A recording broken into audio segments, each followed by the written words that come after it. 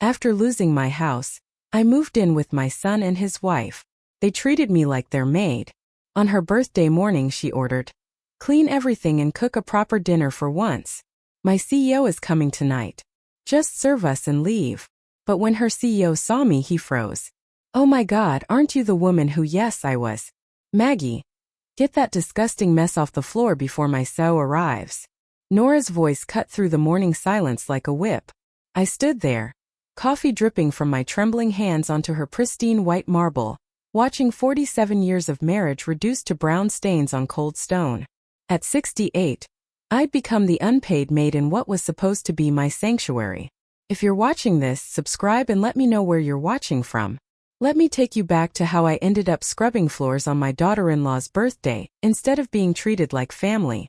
2 years ago, when my Robert died suddenly, I thought my son David would be my rock. I was wrong about everything. "Mom, you can't manage that big house alone," David said, his concerned expression masking something I couldn't identify yet. "Nora and I have plenty of space. It'll be perfect." But I noticed how he avoided eye contact, fidgeting with his coffee cup like a guilty teenager. Perfect. That word should have been my first warning. The house sale happened faster than I could process my grief. David handled everything while I was drowning in funeral arrangements and insurance paperwork. "Don't worry about the details. Mom will take care of you," but care and control, I learned, are two very different things. The first month felt like an extended visit. Nora smiled when David was around, asked about my day, even cooked my favorite pot roast once. But when David traveled for work, which was often, the mask slipped. "Maggie, since you're not working, maybe you could help with the dishes," became, "Maggie, the kitchen's a disaster. Clean it up." Small requests became demands. Suggestions became orders. David noticed. I'm sure he did. I caught him watching sometimes when Nora snapped at me about loading the dishwasher wrong, or folding towels incorrectly. But he'd just clear his throat and find somewhere else to be. The guest room became my prison. My beautiful china cabinet, the one Robert built for our 20th anniversary, somehow never found space in their perfectly designed home. My photos with Robert disappeared from common areas because they clashed with the aesthetic. I told myself it was temporary adjustment. Grief makes people behave strangely, I reasoned. David was busy with his promotion at the bank. Nora was stressed with her marketing company. I was the convenient scapegoat for their frustrations. But this morning, on Nora's 42nd birthday, I finally saw the truth. She didn't want a mother-in-law living with them. She wanted domestic help. She didn't have to pay. "I've invited my biggest client for dinner," she announced while I was making breakfast. "James Mitchell from Mitchell and Associates. This contract could make my career, so everything has to be perfect." I nodded, expecting to be included in the birthday celebration. "You'll serve dinner at 7 sharp, then disappear. This is business, not family time." The coffee cup slipped then, not because of my arthritis, but because of the casual cruelty in her voice, like I was hired help instead of the woman who'd raised her husband. "Look what you've done," Nora shrieked. Nora, her perfectly styled blonde hair whipping around her face. "Do you have any idea how much this marble cost?" I dropped to my knees, dabbing at the coffee with paper towels while she stood over me, critiquing my cleaning technique. This was my life now. 68 years old, and I was on my hands and knees being bared by someone young enough to be my daughter. "I want this place spotless before James arrives," she continued, her voice rising. "And wear something decent for once. First impressions matter in business. Something decent." As if my church dress wasn't good enough for her precious client. But as I knelt there, something shifted inside me. Maybe it was the way the morning light caught the coffee stain, spreading like spilled truth across her perfect floor. Maybe it was the memory of Robert's voice. "Maggie, never let anyone make you feel small." I was about to discover that some stains are impossible to clean up, and some recognitions change everything. The afternoon flew by in a blur of scrubbing, polishing, and preparing for Nora's career-defining dinner. Every surface had to gleam, every pillow perfectly positioned. I moved through the house like a ghost, invisible until needed for the next menial task. "Did you iron the cloth napkins?"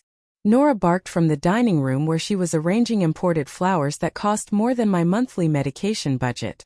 "Yes, and I've set the table with the good china," I replied, trying to keep the exhaustion from my voice. My china now, Maggie. Everything in this house belongs to David and me. You do well to remember that. The reminder stung because it was true. Legally, I own nothing here. When I'd sold my house to help with their down payment, David promised I'd always have a home with them. Foolishly, I'd believed words instead of demanding legal documents.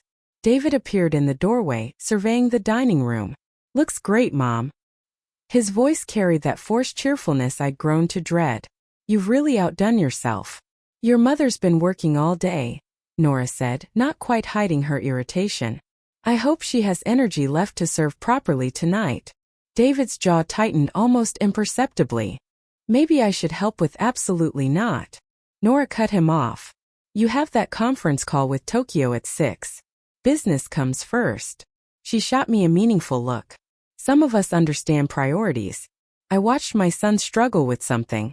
Guilt maybe, or the first stirrings of awareness about what his home had become for me. But then his phone buzzed and the moment passed. I should prep for that call, he murmured, avoiding my eyes. Of course, honey. Your mother can handle everything. Nora's voice dripped false sweetness. She's so capable when she applies herself. By 5 o'clock I was exhausted. My lower back ached from hours of cleaning, and my hands were raw from scrubbing grout with a toothbrush because Nora deemed the bathroom not quite perfect. Go change into something appropriate, she ordered, not looking up from her phone where she was frantically texting. And remember, you're serving dinner, not joining it. I don't want any awkward small talk about your medications or your husband's old war stories. The casual dismissal of Robert's memory hit like a physical blow. My husband, the man who'd worked 2 jobs to put David through college, had served honorably in Vietnam. His stories weren't rambling reminiscences. They were pieces of history, lessons about courage and sacrifice. In my small room, I changed into my navy blue dress, the one I'd worn to David and Nora's wedding 7 years ago. It still fit, though everything else about my life had changed beyond recognition. I caught my reflection in the mirror and barely recognized myself. When had I become so thin? When had my shoulders started curving inward like I was trying to disappear? When had my eyes lost their spark? 2 years of grief followed by 18 months of systematic diminishment had transformed me from Robert's confident partner into this broken woman staring back at me. Maggie. Nora's voice carried up the stairs. Get down here. He'll be arriving any minute, and I need you to take his coat and show him to the living room and smile for heaven's sake. You look like you're attending a funeral. I was attending a funeral. I realized the funeral of my dignity, my self-respect, and my place in my own son's life. The doorbell rang at exactly 7 o'clock. Nora smoothed her red cocktail dress one final time and shot me a warning look. Remember what I said? Professional service, then disappear. I opened the heavy oak door, my practiced smile firmly in place, ready to greet another of Nora's important clients who would ignore me completely. But when I saw the man standing on our doorstep, the smile froze on my face. Silver hair, still thick despite his 62 years, deep brown eyes that had haunted my dreams for decades. The same strong jawline now distinguished by time rather than youthful arrogance. James Mitchell, the man who destroyed my life 39 years ago. He looked at me and I watched recognition dawn in his eyes like a slow-motion car crash.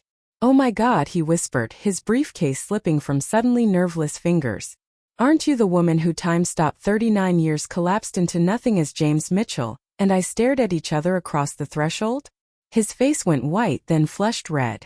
Emotions I couldn't read flickering across his features like old movie clips. Good evening, Mr. Mitchell. Nora's voice cut through the frozen moment as she appeared beside me, radiating professional charm. Welcome to our home. I see you've met my mother-in-law. James's mouth opened and closed like a fish gasping for air. His eyes never left my face, searching for something. Confirmation, denial, escape. Yes, he managed his voice. We've met. I found my voice somewhere in the wreckage of my composure. Please come in, Mr. Mitchell. Mrs. Harrison is looking forward to discussing business with you. The formal words felt like glass in my throat, but I stepped aside to let him enter. He moved past me carefully, as if I might explode if he got too close. Wonderful. Nora beamed, oblivious to the undercurrent of tension crackling between her guest and her maid. Maggie, take Mr. Mitchell's coat. James, can I offer you a drink? I have that excellent scotch you mentioned. James shrugged off his expensive overcoat without looking at me. But when I reached for it, our fingers brushed. He jerked back like I'd burned him. Scotch would be perfect, he said, finally tearing his gaze away from me to focus on Nora. I hung his coat in the front closet, my hands shaking so badly I nearly dropped it twice. In the mirror by the door, I caught a glimpse of his reflection. He was watching me, his expression unreadable. 39 years ago, James Mitchell had been a junior associate at a prestigious law firm, married to the senior partner's daughter. I'd been a 29-year-old paralegal, desperate to support my 6-year-old son after my husband, Robert's construction accident, left him temporarily disabled. James had been charming, sophisticated, everything my blue-collar life lacked. When he offered to help with David's mounting medical bills, I'd been grateful. When he offered more than money, I'd been foolishly flattered. The affair lasted 4 months. Long enough for me to fall in love. Long enough for me to believe his promises about leaving his wife. Long enough for me to make the biggest mistake of my life. When his wife discovered us, James had thrown me under the bus faster than I could blink. Claimed I'd seduced him, that I'd threatened to lie about sexual harassment unless he helped me financially. His father-in-law believed him. The firm fired me without severance. Worse, they'd made sure I couldn't get another legal job in the city. Robert never learned the real reason I'd suddenly switched careers from law to nursing. He'd accepted my story about wanting to help people heal, never knowing I was the one who needed healing. Maggie. Nora's sharp voice brought me back to the present. Stop doling and serve the appetizers. I carried the tray of expensive canopies to the living room where Nora and James sat on opposite ends of the white leather sofa. She was in full sales mode, gesturing enthusiastically as she described her marketing strategies. The demographics are perfect for your target market, she was saying. Young professionals with disposable income who value authenticity and experience. Authenticity. The irony wasn't lost on me as I served the man who'd once destroyed my authentic self. James accepted a canope without looking at me, but I noticed his hand trembled slightly. Good, he should be nervous. Should be. Your mother-in-law, he said carefully. She's been with you long. About 18 months, Nora replied dismissively. She needed somewhere to go after she lost her house. Family obligation, you know how it is. Lost her house. Such a simple phrase to describe the financial catastrophe that followed Robert's death. Medical bills, funeral expenses, and a reverse mortgage I hadn't understood properly had consumed everything we'd built together. Family obligation, James repeated slowly, his eyes finding mine again. Yes, I do know how complicated family relationships can be. The weight of his stare made my skin crawl. What was he thinking?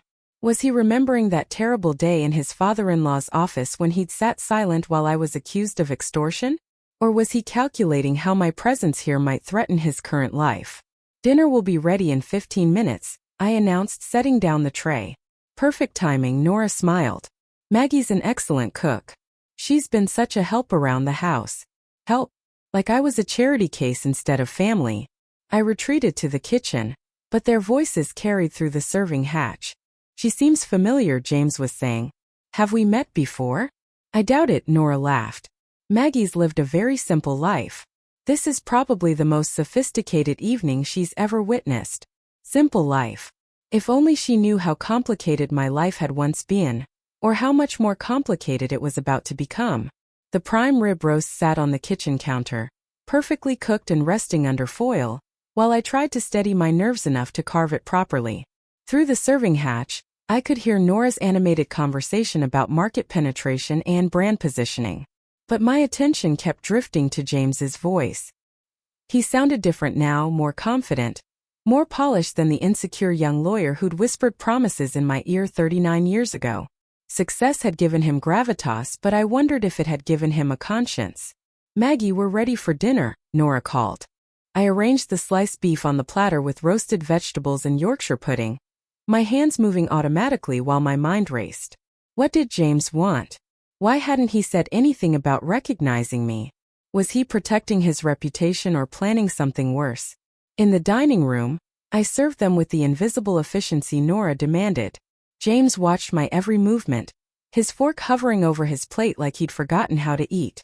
"This looks incredible," he said. But he was looking at me, not the food. "Maggie's full of surprises," Nora replied, cutting delicately into her beef. "You'd never guess she used to work in law offices before she became a nurse." James's fork clattered against his plate. "Law offices?" "Oh yes. Years ago, before she had to change careers." "Weren't you a paralegal or something, Maggie?" "Yes," I said quietly. "I was a paralegal." "Which firm?"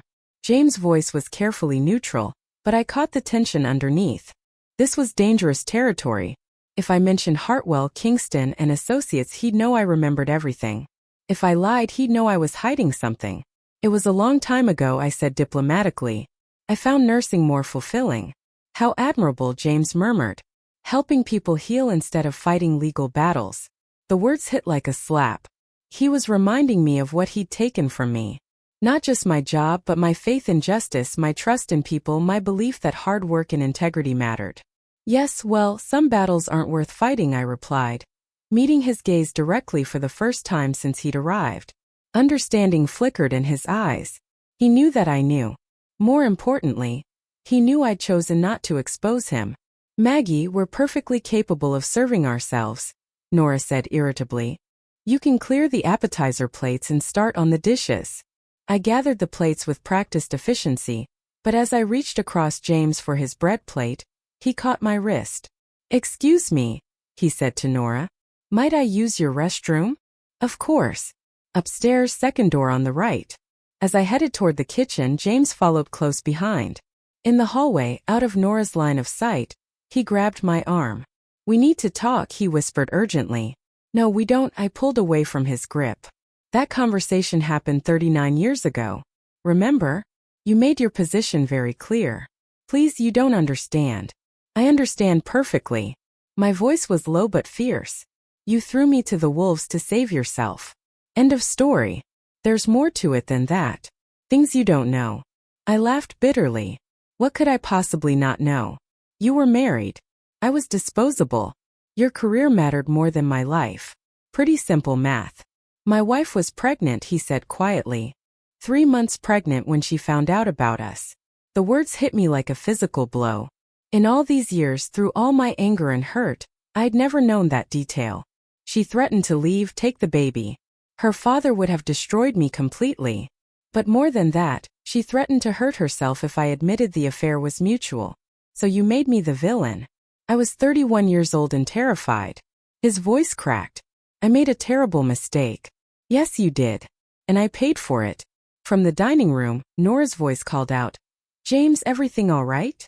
"Fine," he called back, never taking his eyes off me. "Margaret, please. Can we talk after tonight? Away from here." "My name is Maggie now," I said coldly. "Margaret died 39 years ago in your father-in-law's office. And no, we cannot talk. You're here for business with my daughter-in-law. Conduct your business and leave." "But I need to explain." "The bathroom is upstairs," I said loudly enough for Nora to hear. "Second door on the right." I walked away, leaving him standing in the hallway with his guilt and his excuses. But my hands were shaking so badly, I had to grip the kitchen counter to stay upright. After all these years, James Mitchell was back in my life. And somehow I knew this was just the beginning. The rest of dinner passed in a blur of forced normalcy. I served the lemon tart dessert, refilled wine glasses and cleared plates while Nora sealed what she believed was a business deal with the man who'd once tried to destroy me. James signed a preliminary agreement with steady hands, but I noticed he barely touched his food. "This calls for champagne," Nora declared when the paperwork was complete. "Maggie, bring us the Dom Perignon from the wine refrigerator." As I poured the expensive champagne, James raised his glass. "To new partnerships," he said, his eyes finding mine over the rim. "And to second chances, second chances." The phrase echoed in my head as I cleaned the kitchen after they'd moved to the study to finalize details.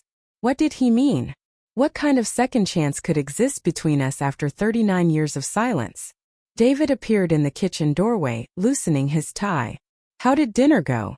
Everything okay?" I studied my son's face, noting the tension around his eyes. The way he kept glancing toward the study where Nora's laughter carried down the hall. "Fine," I said carefully. Your wife seems pleased with her new client. Good.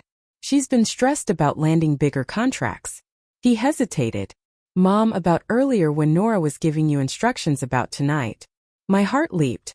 Finally, he was going to acknowledge what had become obvious to everyone except him. I know she can be particular about how things are done. He finished lamely. Particular, such a gentle word for cruelty. Your wife has high standards, I said diplomatically. She does, he shifted uncomfortably. But maybe we could work out a better system, for household responsibilities, make things more fair. After 18 months of being treated like hired help, he was finally noticing. But his solution was a better system, not addressing the fundamental problem. That would be nice, I said. Though we both knew nothing would change. David talked a good game when his conscience bothered him, but when push came to shove, he'd choose the path of least resistance. Maggie. Nora's voice carried from the study. Mr. Mitchell is leaving. See him out, please. I dried my hands on the dish towel and walked to the front hall where James stood putting on his overcoat. Nora was already heading upstairs, drunk on champagne and what she thought was success. Thank you for a lovely evening, James said formally as I opened the front door. You're welcome, I replied. Equally formal. He stepped onto the porch then turned back. Margaret, Maggie, I meant what I said about needing to talk, and I meant what I said about there being nothing to discuss. Please. His voice dropped to an urgent whisper. There are things you need to know about what really happened, about what I did afterward. After you destroyed my career and reputation, what could you possibly have done afterward that matters? I tried to help quietly without you knowing when David needed surgery for his leg condition. Stop right there. My voice was sharp enough to cut glass. Don't you dare take credit for my son's recovery. I'm not taking credit. I'm just saying you're saying nothing because you did nothing. My husband and I handled David's medical needs ourselves. Thank you very much. But even as I said it, doubt crept in. That anonymous donation that had covered David's experimental surgery when he was 8. We'd never learned who made it. The insurance settlement that had come through faster than expected.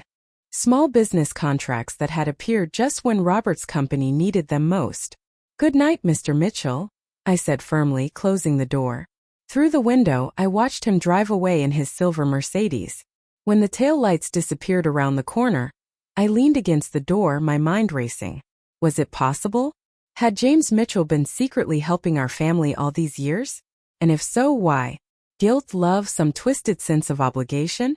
Upstairs, Nora was in the master bathroom removing her makeup, humming happily. What a perfect evening, she called out when she heard my footsteps. James Mitchell's company is exactly what I need to take my business to the next level. I'm glad it went well, I said, though the words tasted like ash. Did you notice how he kept watching you during dinner? Nora laughed, probably trying to figure out where to position you in his social circles. Some of these older businessmen have very traditional ideas about domestic help and social hierarchy. If only she knew how traditional James' ideas really were. Traditional enough to sacrifice an innocent woman to preserve his precious marriage and career. In my small room, I sat on the edge of the narrow bed and stared at my reflection in the dresser mirror, the same face James had kissed 39 years ago. Now lined with age and disappointment. The same hands he'd held now cracked from cleaning chemicals and constant work. I thought about the young woman I'd been then. Margaret Stevens, 29 years old and naive enough to believe a married man's promises. I'd been working 60-hour weeks to pay for David's ongoing physical therapy after his childhood accident, desperate enough to accept help from anyone who offered. James had been kind at first, bringing me coffee during long nights at the office, listening to my worries about David's health, offering assistance with legal research that helped me earn extra money. When kindness turned to attraction and attraction to affair, I'd convinced myself it was love. For 4 months, I'd lived in a fantasy world where James would leave his wife and we'd build a life together. He'd seem so sincere when he talked about our future, so genuine when he held me after we made love in his office after hours. The fantasy ended abruptly when his wife hired a private investigator. The photos were explicit and damning. James's father-in-law called me into his office the next morning and presented them like evidence in a murder trial. Now 39 years later, he was back with talk of helping and secret support. But what did any of it matter anymore? The damage was done. The life I might have had was gone. I was 68 years old, broke, and dependent on the charity of a daughter-in-law who treated me like hired help. James Mitchell was successful, wealthy, and respected. Some second chances come too late to matter. The next morning arrived gray and drizzling, matching my mood perfectly. I was in the kitchen early preparing Nora's usual Greek yogurt with organic berries and artisanal granola, when she swept in wearing her power suit and triumph-like expensive perfume. "I can't stop thinking about last night," she announced, pouring herself coffee from the machine that cost more than my monthly grocery budget. James Mitchell could transform my entire business. I continued arranging berries with mechanical precision, trying not to think about how James had looked at me across the dinner table. "Did you know his company represents some of the biggest luxury brands in the Northeast?" Nora continued, checking her reflection in the chrome surface of the refrigerator. "This preliminary agreement could be worth hundreds of thousands over the next 2 years." "That's wonderful," I murmured, though the words felt like swallowing glass. "He specifically mentioned wanting to work closely with me on campaign development. Can you imagine?" She paused, studying my reflection behind hers. "You were unusually quiet during dinner. I hope you weren't intimidated by having such an important guest." "Intimidated? If only it were that simple." "I was focused on service," I replied carefully. "You emphasized how important this dinner was." "Well, you did adequately, though. Next time, try to smile more. You looked like you were attending a wake." She grabbed her breakfast bowl and headed toward the door. "I'm meeting with my design team this morning to start preliminary concepts. Clean David's study today. He's been complaining about dust on his books." After she left, I stood in the kitchen, listening to the silence. The house felt different now, contaminated by James' presence and the memories he'd stirred up. I'd spent 39 years building a life after the devastation he'd caused. Robert had never known why I'd suddenly switched from law to nursing school, accepting my explanation about wanting to help people heal. The irony was that nursing had saved me. Caring for others had slowly healed the wounds James had inflicted, though the scars remained. I'd found purpose in my work, pride in my skills, and eventually love with Robert that was genuine and uncomplicated. Now, cleaning David's study surrounded by law books and legal journals, I couldn't escape the reminder of what I'd lost. I'd been good at legal work, sharp and intuitive. James himself had praised my research skills and attention to detail. The phone rang as I was dusting David's diplomas. Unknown number with the local area code. "Hello, Maggie. It's James. James Mitchell." My hand tightened on the receiver. "How did you get this number?" "Directory assistance." "Listen, I know you don't want to talk to me, but there are things you need to know about what happened after that day in Hartford's office." "I know what happened. I lived through the consequences. You only know part of it." His voice was urgent, almost desperate. "There's more things I did afterward. Things that might change how you see." "Nothing changes what you did," I interrupted. "Nothing justifies letting them destroy me to save yourself." My wife didn't just threaten to leave. She threatened to hurt herself. The stress of the affair had already caused spotting. The doctor said any more emotional trauma could cause her to lose the baby. "So you chose her over me." "I chose an unborn child's life over both our reputations." "But Maggie, I never stopped." "Never stopped what?" "Caring. You sat silent while they called me a predator and a liar." "I know. And it's eaten at me for 39 years. That's why I need to tell you." I hung up the phone, but his words echoed in the empty study. And for the first time in 39 years, I wondered if the story I'd been telling myself was complete. Had I been sacrificed to save more than just James's career? Had there been a desperate woman and an unborn child in the balance? The knowledge didn't heal the wounds, but it complicated them in ways I wasn't prepared to handle. And deep down, a treacherous part of me wanted to know what he'd meant about helping afterward. Outside, the rain continued falling, washing the world clean, while my past refused to stay buried. 3 days after James's phone call, I made a decision that would have shocked the old Maggie. I called him back. "We need to meet," I said without preamble when he answered. "But not here, and not anywhere Nora might see us." "Thank you," he breathed. "There's a small cafe on Elm Street near the library. Murphy's, can you meet me there at 2? I almost laughed at the irony. Murphy's had been my refuge during those awful weeks after I'd lost my job, when I'd sit for hours over a single cup of coffee, scanning want ads and trying to figure out how to rebuild my life. I know it, I said simply. Murphy's hadn't changed much in 39 years. Same red vinyl booths, same smell of coffee and grilled cheese sandwiches. James was already there when I arrived, looking uncomfortable in his expensive suit among the working-class locals. I slid into the booth across from him, noting how his hands shook slightly as he lifted his coffee cup. "You look good," he said quietly. "Older, obviously, but good." "Strong appearances can be deceiving," I replied. 39 years ago, you taught me that lesson very thoroughly." He winced. "I deserved that. I deserve much worse." Our waitress, a woman about my age with kind eyes, approached with a coffee pot. "What can I get you, honey?" "Just coffee, please. Black." James waited until she'd moved away before speaking again. "I need you to understand something about that day in my father-in-law's office. I understand perfectly. You chose your family over me. I chose my unborn child's life over both our futures." I studied his face, looking for signs of deception. "You really believe that justifies what you did?" "No," he said firmly. "Nothing justifies it, but it explains it. And there's more you should know." He reached into his briefcase and pulled out a manila folder. "After you left the firm, I couldn't just let it end. I made some discreet inquiries about your situation. Not to interfere," he added quickly, seeing my expression. "Just to know you were okay." "How considerate," I said dryly. "A bit late for concern, wasn't it?" "Margaret Maggie, I never stopped caring about you. The guilt has eaten at me for decades." He opened the folder and pulled out a document. "This is a hospital record from when David needed surgery for his leg condition. Do you remember the anonymous donation?" I stared at the paper, my heart pounding. "What about it?" "That was me. $25,000 to cover what insurance wouldn't." The coffee cup slipped from my numb fingers. David had been 8 years old, still struggling with mobility issues from a childhood accident. The experimental surgery had been our last hope, but impossibly expensive. I whispered. "I couldn't undo what I'd done to you, but I could make sure David got the help he needed." "How many times?" My voice was barely audible.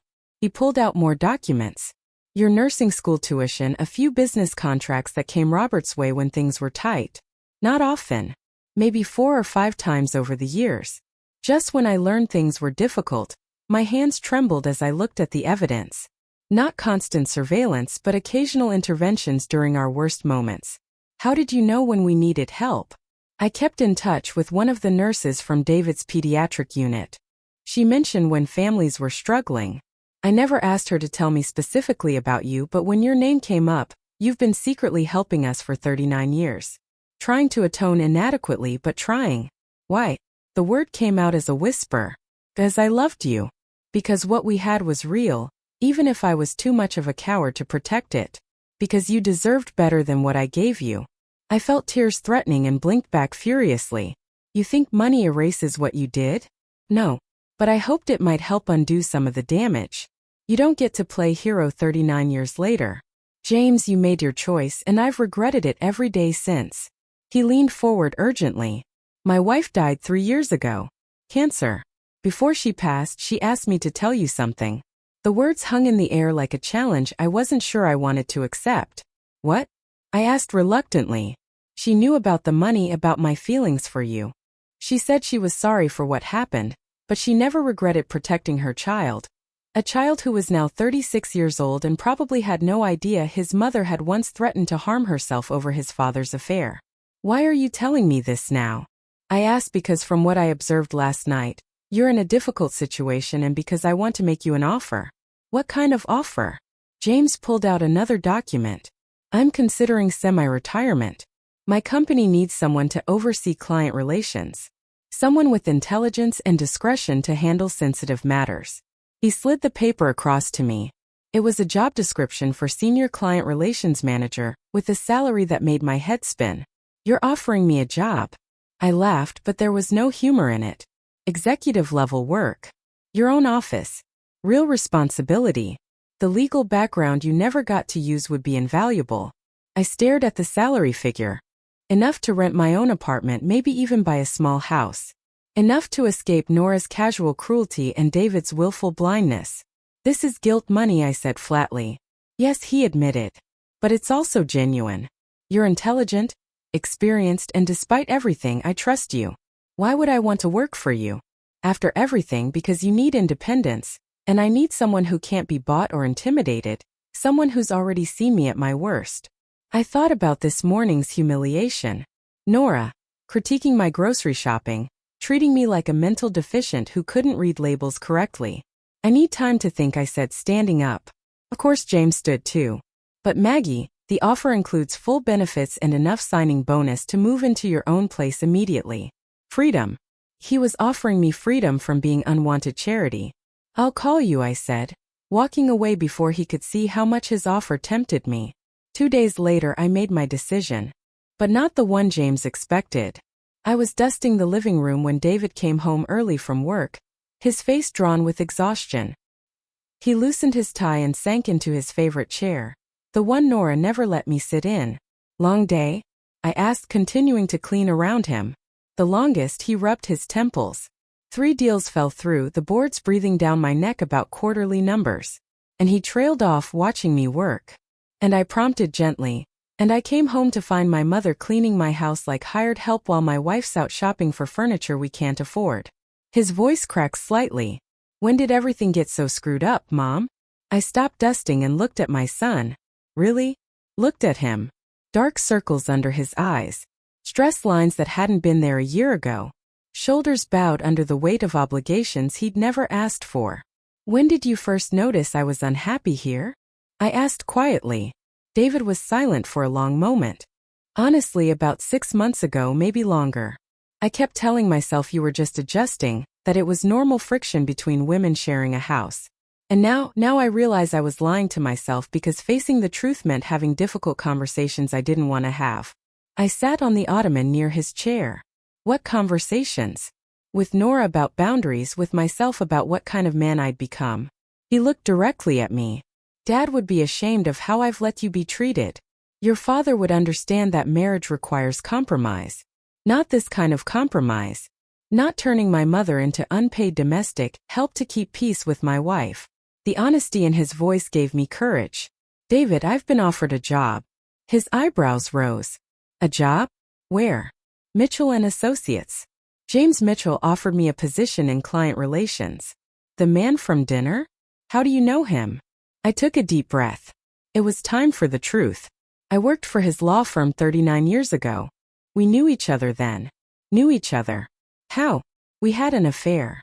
I was young, desperate to pay for your medical bills after your accident, and foolish enough to believe his promises.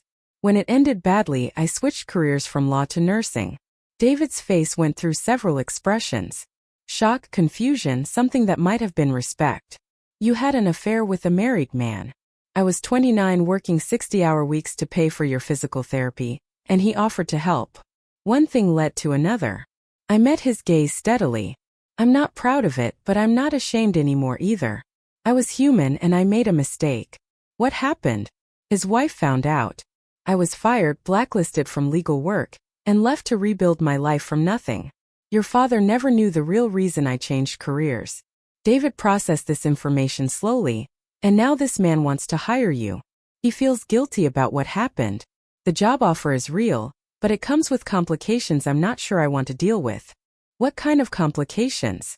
Before I could answer, Nora's voice rang out from the entryway. David, whose Mercedes is that in our driveway? We looked out the window to see James Mitchell walking up our front steps. That would be the complication, I murmured. David stood up. Did you invite him here? No. I told him I needed time to think. The doorbell rang. David and I looked at each other. I'll get it, I said. But David followed me to the front door. When I opened it, James stood there with flowers and an expression of grim determination. Maggie, I'm sorry to show up unannounced, but I couldn't wait for your answer. His eyes shifted to David behind me. Mr. Harrison, I apologize for the intrusion. What's this about? Nora demanded, appearing with shopping bags hanging from both arms. James, what are you doing here? I came to speak with your mother-in-law about a job opportunity, James said calmly. A job? Nora's voice climbed an octave. What kind of job could Maggie possibly be qualified for? The casual dismissal in her voice was like a match to kindling. 39 years of suppressed anger suddenly found its voice. The kind of job, I said clearly, that requires intelligence, legal experience, and professional competence. All qualities you seem to think I lack. Nora's mouth fell open. She'd never heard me speak to her like that. Maggie's one of the most capable people I know, James said firmly. I'm offering her a senior position at my company. This is ridiculous, Nora sputtered. She's a retired nurse.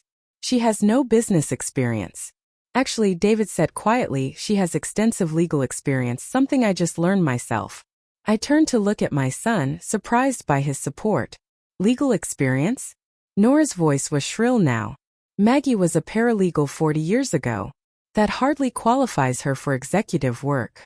39 years ago, I corrected. And it qualifies me for a great deal more than you realize. James stepped forward.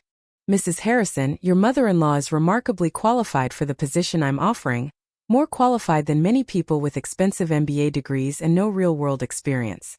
The insult hung in the air like a thrown gauntlet. Nora's face flushed red. David, are you going to let them speak to me this way? In our own home? David looked at his wife, then at me, then at James. What exactly are you offering my mother? Senior Client Relations Manager. Excellent salary, full benefits, and the respect she deserves. And what's your connection to her beyond this dinner meeting? James and I exchanged glances. The truth was going to come out anyway. We have a complicated history, James said diplomatically. But that doesn't change the fact that she's perfect for this position. I could see the moment when Nora connected the dots. Her eyes widened with understanding and malicious glee. Oh my God, you two had an affair, didn't you? The silence following Nora's accusation was deafening. David's face went through several emotions. Surprise, understanding, and something that looked almost like admiration. Yes, I said simply. 39 years ago, James and I had an affair. It ended badly, and I've spent decades rebuilding my life after the consequences. I knew it, Nora crowed. I knew there was something off about last night. The way you looked at each other, the tension at dinner. She turned to David triumphantly. Your mother is having an affair with my client. Had I corrected calmly. Past tense, and he's offering me a job, not a relationship. This is completely inappropriate, Nora continued, warming to her theme. A woman your age carrying on with married men. I'm a widower, James interrupted coldly. And Maggie is a widow. We're both free adults. Adults who destroyed a marriage 39 years ago. Nora's voice rose. How do I know you won't do it again? How do I know this job offer isn't just an excuse to continue your affair? I felt something snap inside me. 39 years of carrying shame for a mistake I'd made as a young woman. 18 months of being treated like hired help. Weeks of Nora's casual cruelty. It all crystallized into a moment of perfect clarity. You know what, Nora? I said, my voice deadly quiet. You're right. I did have an affair with a married man when I was 29 years old. I was desperate, lonely, and I made a terrible mistake. But do you know what I never did? Nora's mouth opened and closed like a fish. I never treated my husband's mother like unpaid domestic help. I never made an elderly woman scrub floors while I planned shopping trips with money I didn't earn. I never humiliated someone at family dinners, or made them feel unwelcome in their own son's home. This is my home, Nora sputtered. Mine and David's? Yes, it is.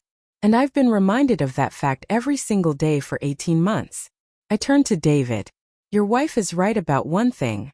This situation is completely inappropriate, but not for the reasons she thinks.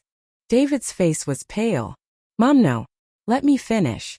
I turned back to Nora. You want to judge me for a mistake I made 39 years ago? Fine. But I've spent those 39 years earning my redemption.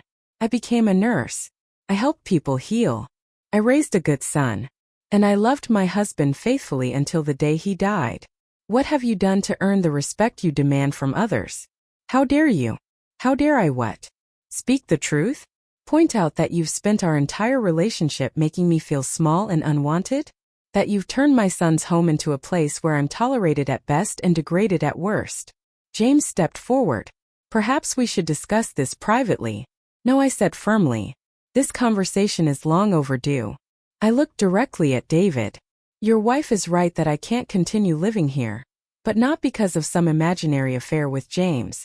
Because I deserve better than being treated like charity case who should be grateful for scraps of kindness. David's voice was barely a whisper.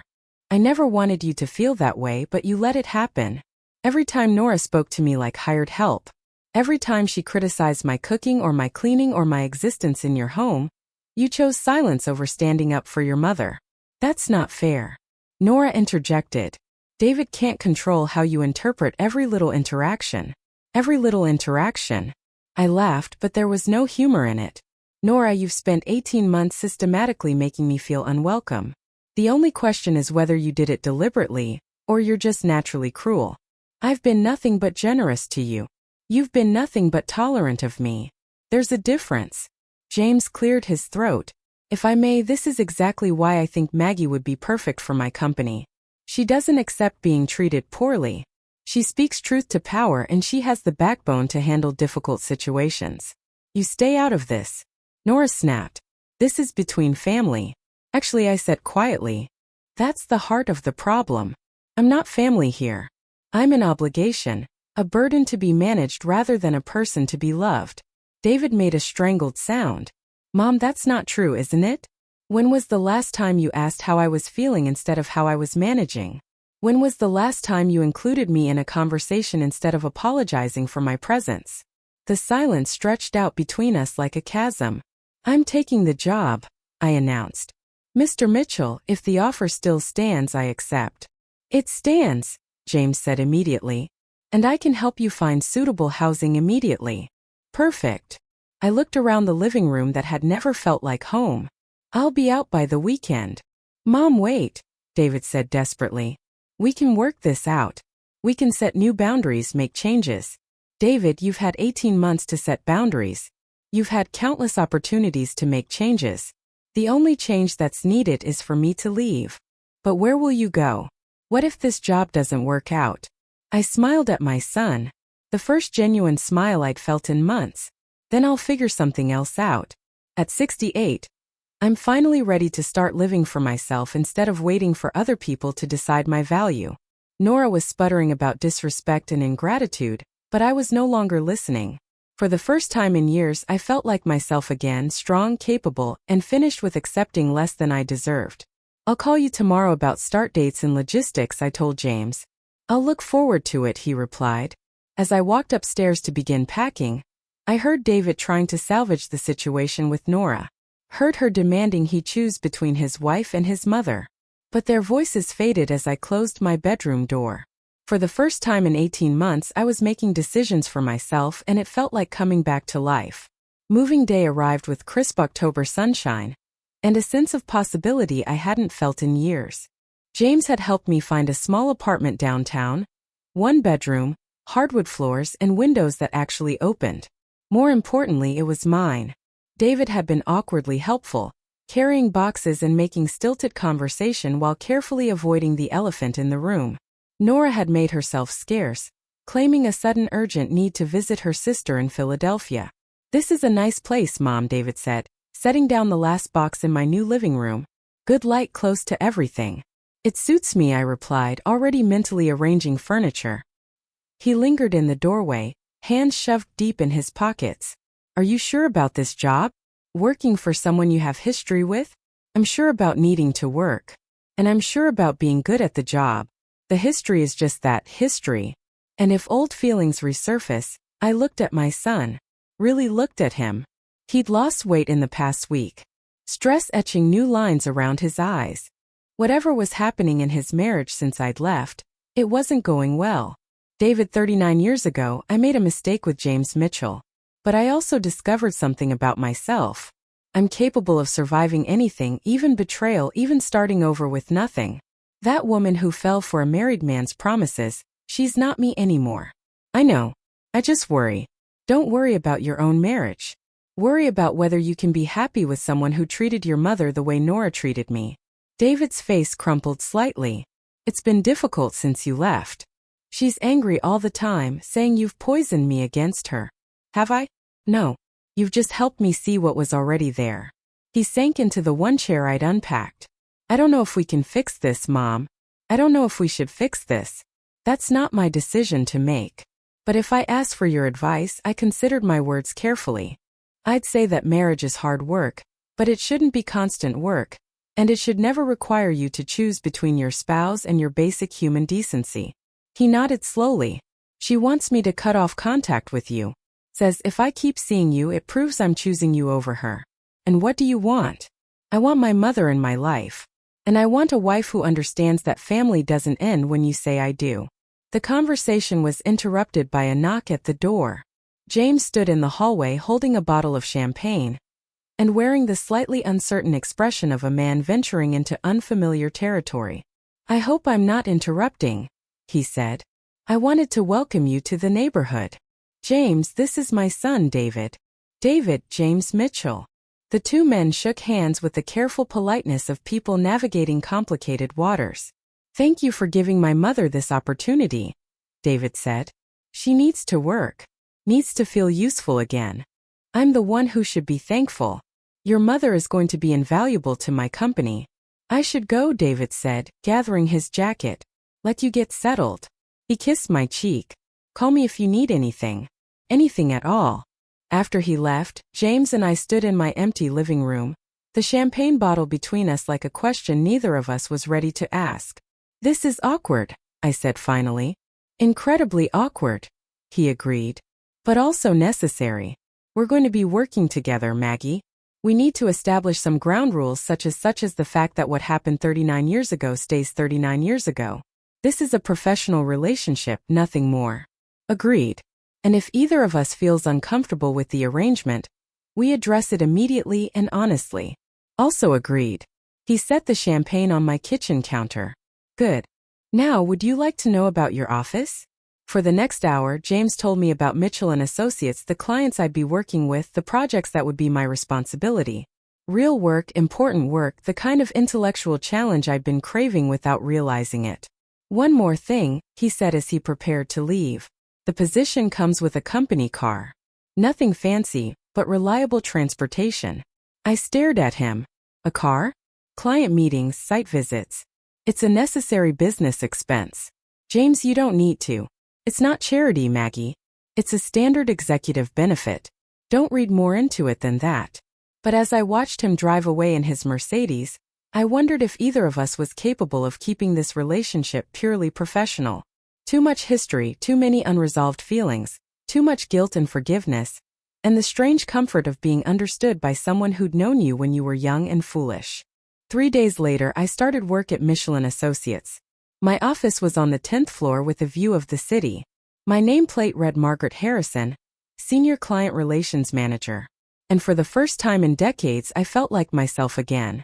The work was challenging, requiring all the legal knowledge I'd accumulated over the years, plus skills I'd developed in healthcare administration. I managed client expectations, resolved conflicts, and discovered I had a talent for negotiation that surprised everyone, including myself. You're wasted on client relations, my assistant Linda told me after I'd successfully mediated a dispute between two major accounts. You should be running this place. But I was content to be running my own life again. Small apartment, modest salary, work that mattered. It felt like luxury after 18 months of being unwanted charity. The only shadow on my newfound independence was David. He called every few days, conversations that grew increasingly strained as his marriage continued to deteriorate. Nora had issued ultimatums. Demanded he choose between his wife and his mother. Threatened to leave if he didn't cut me out of his life completely. I don't know what to do, he confessed during one particularly difficult call. She says, seeing you makes me impossible to live with. And what do you think? I think seeing you reminded me what self-respect looks like. 2 weeks later, David showed up at my office unannounced. His face was haggard, his eyes red-rimmed with exhaustion. I need to tell you something, he said without preamble. Nora filed for divorce yesterday. I sat down my coffee and studied my son's face. He looked like a man who'd been carrying a crushing weight and finally set it down, exhausted but somehow lighter. How do you feel? I asked carefully. Relieved, he said, then seemed surprised by his own honesty. Guilty about feeling relieved, but relieved nonetheless. What happened? David sank into the chair across from my desk. She gave me an ultimatum. Cut off all contact with you or she'd file for divorce. When I told her I couldn't do that, she said I'd made my choice. I'm sorry. Don't be. She was right. I had made my choice. I chose to be the kind of man Dad raised me to be instead of the kind of man she wanted me to become. Through my office window, I could see traffic moving through the city center. People going about their daily lives while my family reconfigured itself around honesty instead of convenience. David, you know this isn't your fault, right? Marriage problems that can be solved by cutting your mother out of your life aren't really marriage problems. I know. I think I've known for a while. He rubbed his temples. She's demanding half of everything, including the house. Says you living with us proves I was never committed to our marriage. That's ridiculous. Maybe, but it's also expensive ridiculous. He managed a weak smile. I might need to look for a smaller place myself. You could always move in with your mother, I said dryly. I have a couch for the first time in weeks. David laughed. Really? Laughed. Thanks, but I think we've both had enough of intergenerational living arrangements. A knock at my office door interrupted us. James entered with an apologetic expression. Sorry to interrupt, but we have a situation with the Patterson account that needs immediate attention. He paused, noticing David. Oh, hello again, James. This is my son, David. David was just telling me about his divorce. I'm sorry to hear that, James said, and he seemed to mean it. Divorce is never easy, even when it's necessary. You sound like you speak from experience, David observed. I was divorced once years ago. Different circumstances, but the same sense of failure mixed with relief. I looked at James sharply. This was the first I'd heard about a divorce. What happened to your wife? David asked. Mom mentioned she'd passed away. My second wife died 3 years ago. My first wife and I divorced about 20 years after. After the situation with your mother. James' eyes met mine briefly. Turns out marriages built on guilt and obligation don't last forever. Is that what yours was? I asked, though I wasn't sure I wanted the answer among other things. James looked uncomfortable with the personal direction of the conversation. The Patterson situation is urgent. It's fine, David said, standing. I should get back to work anyway. He kissed my cheek. Thanks for listening, Mom, and for not saying I told you so. About what? About Nora. You never liked her, did you? I chose my words carefully. I liked the woman you thought she was. I had concerns about the woman she actually was. After David left, James and I handled the Patterson crisis, a contract dispute that required delicate negotiation, and the kind of legal insight I'd thought I'd lost forever. Working with James was surprisingly comfortable. We developed an easy professional rhythm that made difficult problems manageable. You were right about this job, I told him as we finalized the solution. I'd forgotten how much I enjoyed this kind of work. You're exceptionally good at it, better than I expected. Thanks for the ringing endorsement, I said dryly. I meant better than I hoped. I was half convinced you'd taken the job just to make my life difficult. The thought had crossed my mind. And now I'm too busy being good at my job to worry about making your life difficult. James smiled, the first completely relaxed smile I'd seen from him since he'd walked back into my life. Good, because I have another proposition for you. If it involves anything personal, it's business mostly. He pulled out a folder. I'm considering full retirement. The company needs someone to take over day-to-day operations. Someone with legal background, business acumen, and the respect of our clients. I stared at the folder without opening it. You're offering me your job? I'm offering you the chance to run Mitchell & Associates. Full partnership, decision-making authority, substantial salary increase. James, before you say no, consider this. You've already proven you can handle the work. Our clients respect you, and frankly, you're better at managing people than I ever was. I opened the folder and looked at the partnership agreement. The salary was more money than I'd ever imagined earning. The responsibilities were exactly the kind of challenge I'd been craving. Why? I asked. Because 39 years ago, I destroyed your legal career. This is my chance to give you a better one than you ever could have had before. And what happens to you? I consult part-time, play golf badly, and try to figure out what retirement looks like for someone who's worked 80-hour weeks for 40 years. I thought about Nora's casual dismissal of my abilities. About 18 months of being treated like an aging burden. About David's surprise at discovering his mother was more than a retired nurse who cleaned houses. I need time to think about it. Take all the time you need. But Maggie, you've already proven you can rebuild your life from nothing. This is your chance to build it into something extraordinary. That evening, I sat on my small balcony with a glass of wine, watching the sunset over the city I'd called home for most of my life. James's offer sat on my kitchen table, a document that could transform my future if I was brave enough to accept it. My phone buzzed with a text from David. "Dinner tomorrow. I have news." I smiled and typed back, "My place 7 o'clock, I'll cook." For the first time in years, I was excited about the future. Not because a man was offering to change my life, but because I'd finally remembered I was capable of changing it myself. 68, I was just getting started.